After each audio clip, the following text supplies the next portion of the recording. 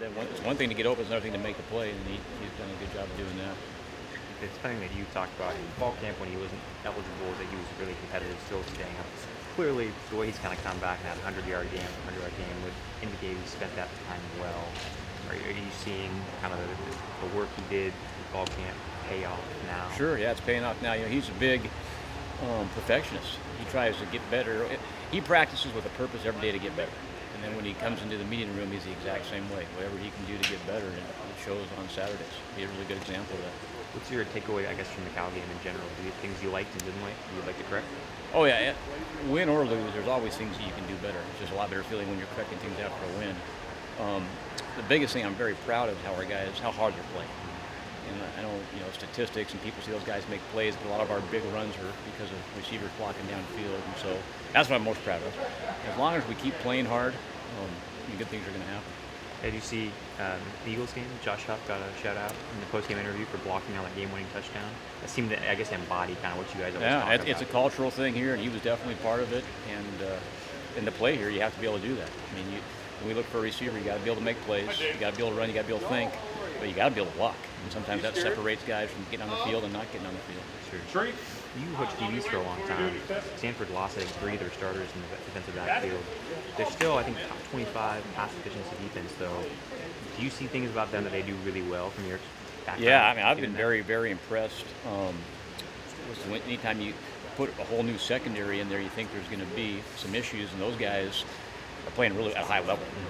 Like you said, statistically, I don't know where they're at. I just know they're darn good. And they're very sound, and they must be well coached because they don't give up big plays. They know where they're supposed to be. And, they run a variety of coverages, but they do them all well. You don't always see that all the time. Stanford with a very physical front seven. Going to be tough to run the game. Obviously, DBs are good, but how important is the passing game going to be against Stanford? Yeah, I mean, the passing game obviously is important every week.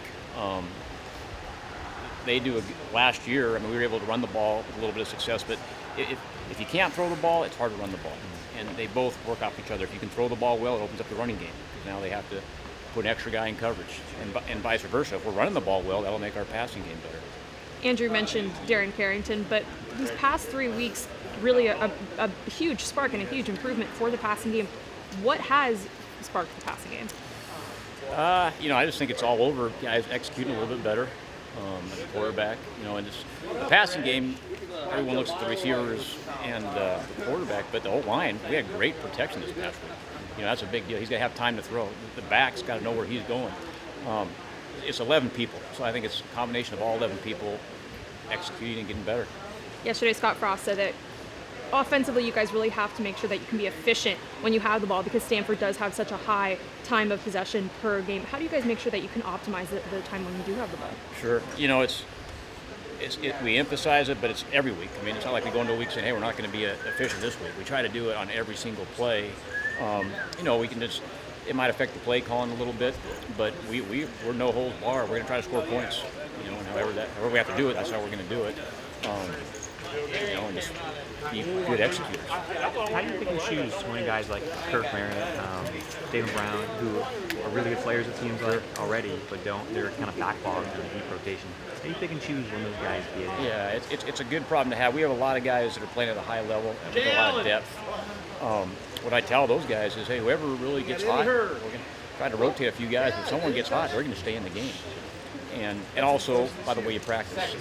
The thing I've been very excited about is all those guys, even if some of the guys aren't getting as many plays, they're practicing at a high level. They haven't gotten discouraged. So it shows you a bunch of team guys. When you get your turn, make the best of it. You never know when that's going to happen. Kirk, maybe coming out of fall camp, he hasn't played a ton regular season. He seemed like a borderline guy. He put a red shirt in maybe. What was the tipping point that said, let's use it? Well, he's very talented, and he had a good understanding of what we're doing on offense, but also how he helps us on special teams. That was a big thing with Charles Nelson the year before that got him on the field. He was such an instrumental part in special teams, and Kurt's been vital in special teams. And then his role is increasing. He's going to get more each game, and he's going to keep on increasing. Can you remind me of what special teams units he's on, Kirk? I think he's been on pretty much all of them. Punt, kickoff, kick return. Don't quote me on that.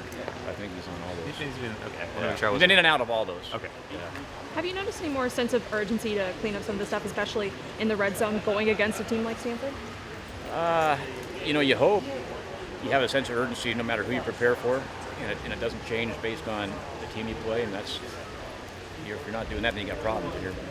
But I think our guys, when I'm very proud, they continue to get better. And sometimes as the season gets longer, there might be a tendency to step back or to think, hey, we've done this before, or the monotonous of it, but it hasn't been that way. His guys coming out to practice with a purpose and bringing it every day. And that's our motto, win the day. Win the day, doesn't matter who you're playing in it. If we can actually get better today, that'll help us on Saturday. If we can get better tomorrow, that'll help us. So that's how we approach it, regardless of who we're playing.